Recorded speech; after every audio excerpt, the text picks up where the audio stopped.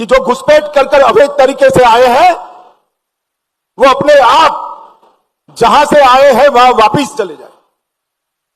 अगर वो अपने आप चले जाते हैं तो बंगाल सरकार भी उन पर कोई केस नहीं करेगी, जाने के लिए उनकी सहायता भी करेगी।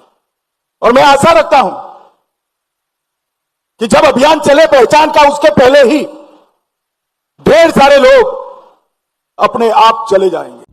घણા કહે ને કે સરકાર બદલાત શું ફરક પડી જાય, કે બીજેપી નો હોય બીજી સરકાર શું ફરક પડે? તો જોઈ લો, બાંગ્લાદેશમાં અત્યારે જે ભાગી રહ્યા લોકો, આમ મતલબ આમ ઝુંડે ઝુંડ આખા એક ભીડ લાગી છે સરહદ પાર કરવાની, બાંગ્લાદેશમાં જવાની.